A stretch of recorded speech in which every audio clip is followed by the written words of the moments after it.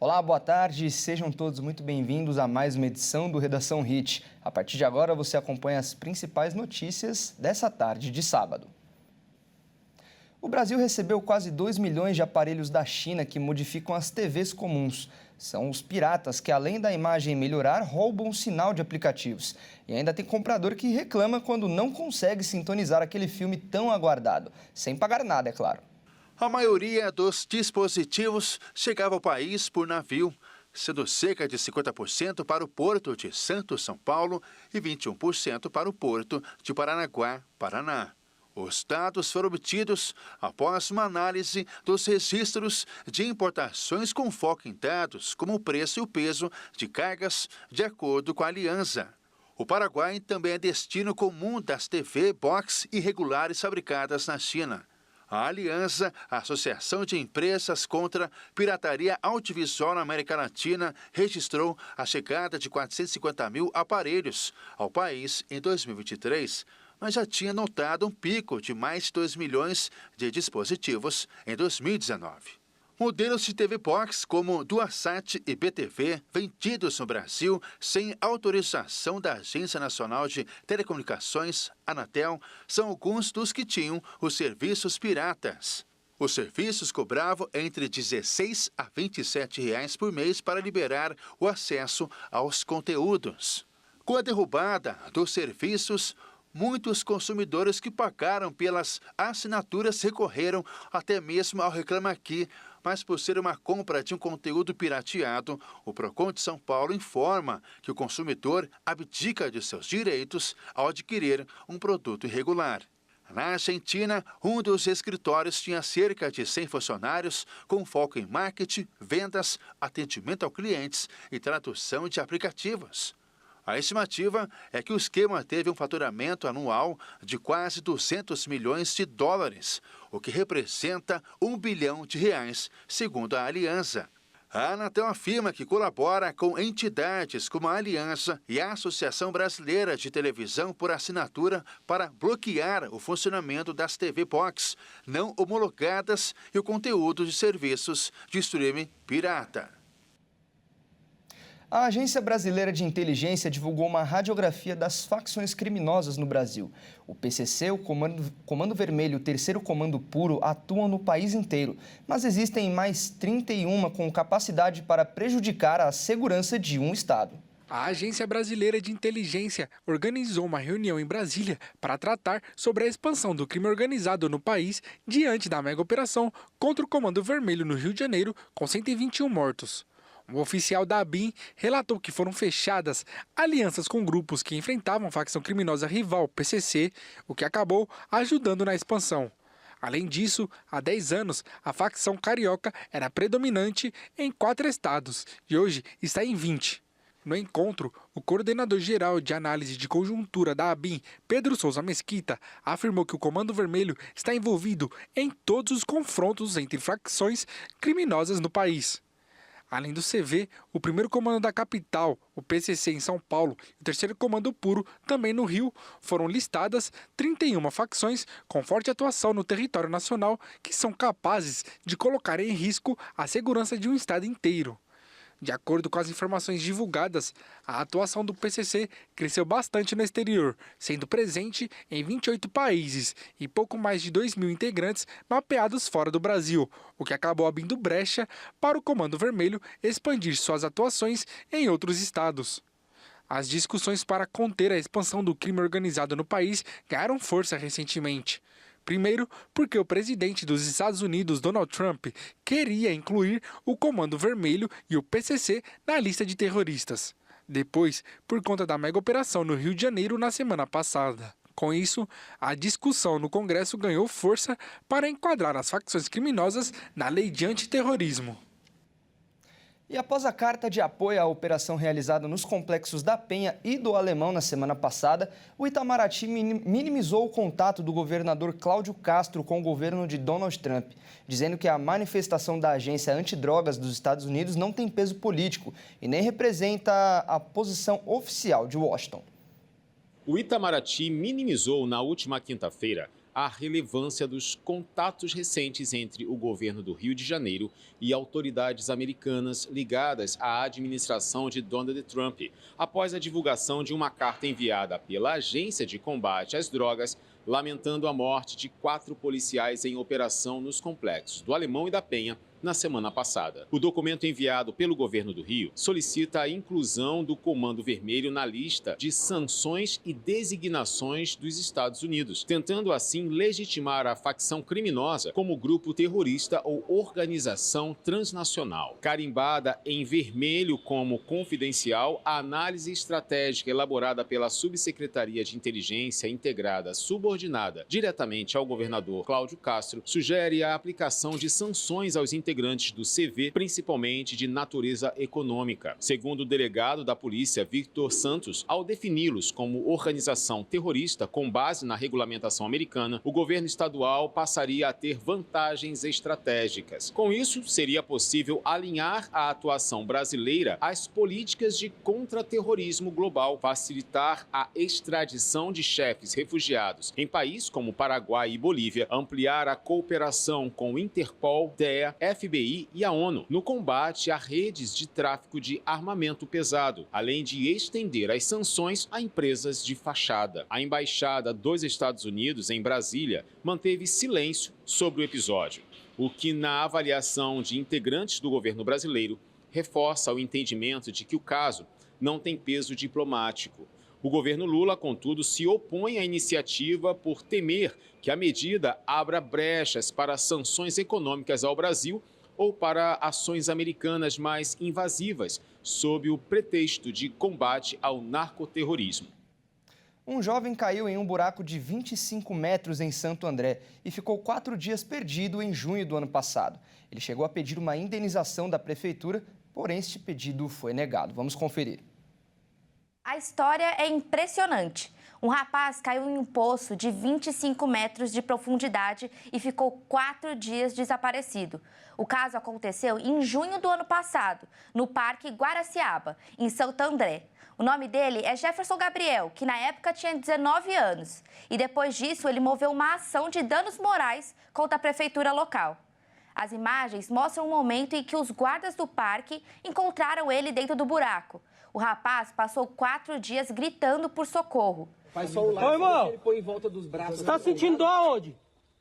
No tornozelo e no joelho. Tá, costela não tá doendo, cabeça, nada, só tornozelo e joelho. Põe nos braços, mano. Beleza.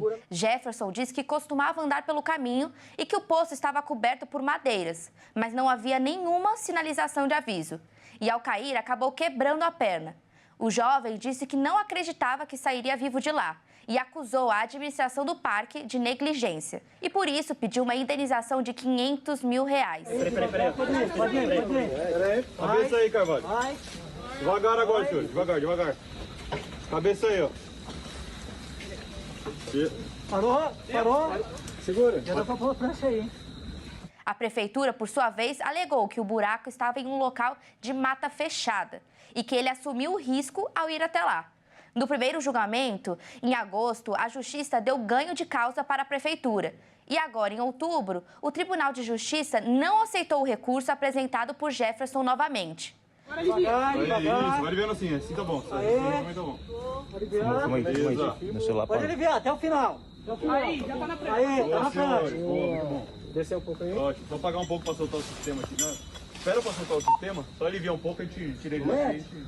O jovem afirmou no processo que teve que passar por uma cirurgia na perna por causa da queda e ainda desenvolveu síndrome do pânico. Mas as alegações não foram aceitas pela Justiça. E você vai ver a seguir. O presidente americano Donald Trump ordena uma investigação sobre as práticas das empresas processadoras de carne. E ainda, vai começar o Enem neste domingo para mais de 5 milhões de estudantes. Nós voltamos já.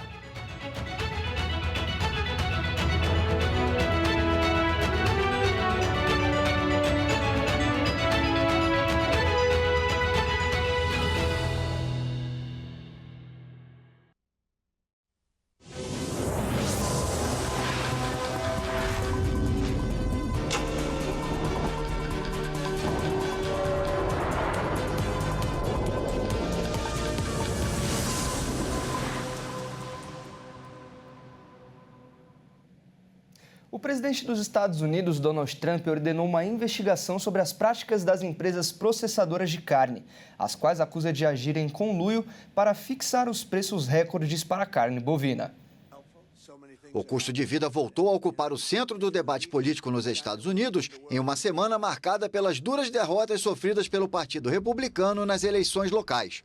Em sua plataforma Truth Social, Trump afirmou que ordenou ao Departamento de Justiça que inicie imediatamente uma investigação sobre as empresas processadoras de carne, que estão levando os preços da carne bovina por meio de conluio, fixação e manipulação de preços. O republicano também disse que medidas devem ser tomadas de imediato para proteger os consumidores, combater os monopólios e garantir que essas empresas não se beneficiem ilegalmente às custas do consumidor americano. Há um ano, Trump venceu as eleições com a promessa de aumentar o poder de compra dos americanos. Mas a carne bovina segue sendo um dos produtos mais emblemáticos, cujo preço continua subindo. De acordo com os dados oficiais mais recentes, os preços ao consumidor da carne bovina e de vitela aumentaram quase 15% em termos anuais em setembro.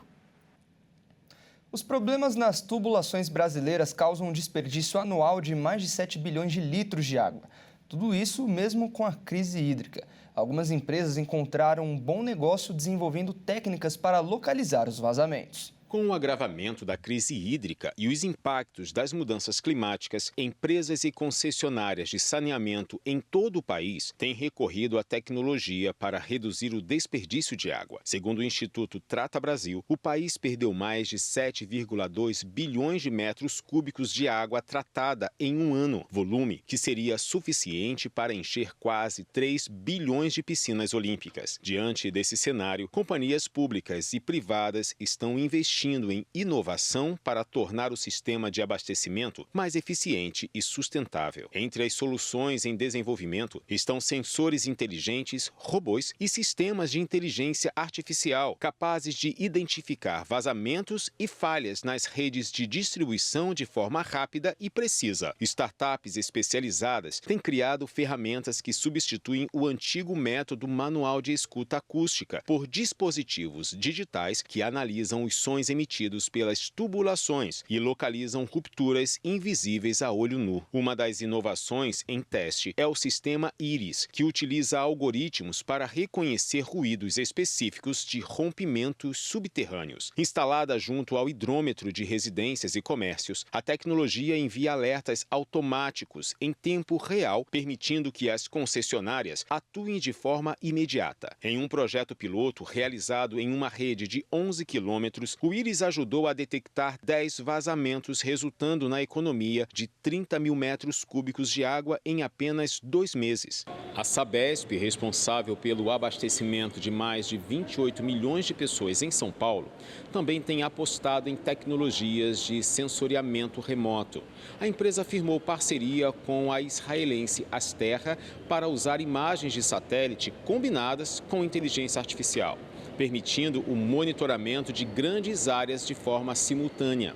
Essa técnica tem potencial para triplicar a detecção de vazamentos, antecipando falhas antes que causem prejuízos maiores. Especialistas afirmam que o desafio atual não está apenas em produzir mais água, mas em usar melhor os recursos já disponíveis. A modernização dos sistemas de abastecimento, aliada à adoção de tecnologias, representa um passo essencial para enfrentar a crise hídrica e garantir o acesso à água potável nas próximas décadas, um dos principais desafios ambientais e sociais do século XXI. E olha só, o Museu do Catavento traz uma exposição inédita no Brasil. O Universo dos Astronautas tem parceria com a NASA e mostra detalhes da vida dos astronautas no espaço.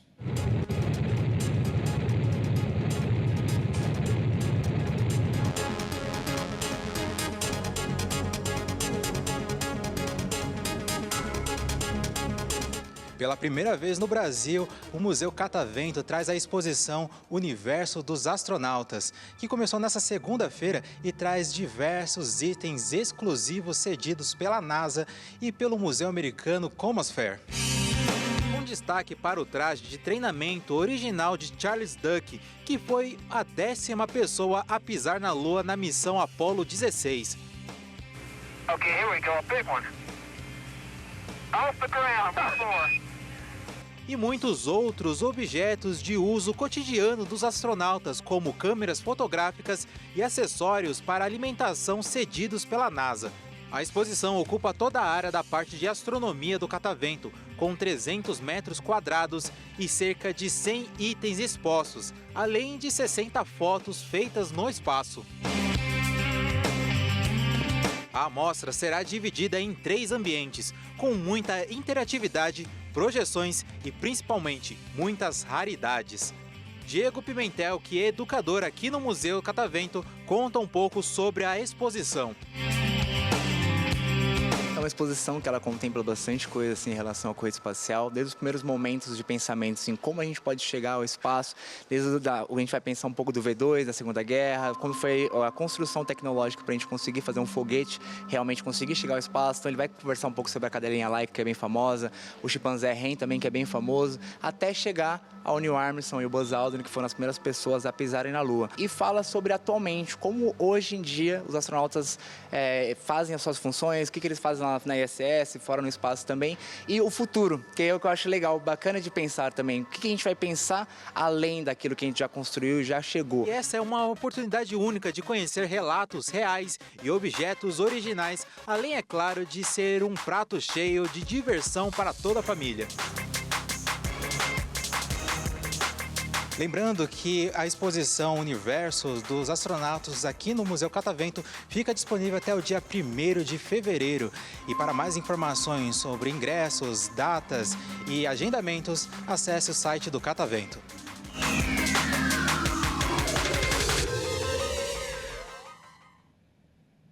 E vai começar o Enem. Serão 2 finais de semana de concentração total para quase 5 milhões de estudantes de quase todo o país inscritos na prova, que serve de avaliação do que foi aprendido até aqui e como porta de entrada do ensino superior.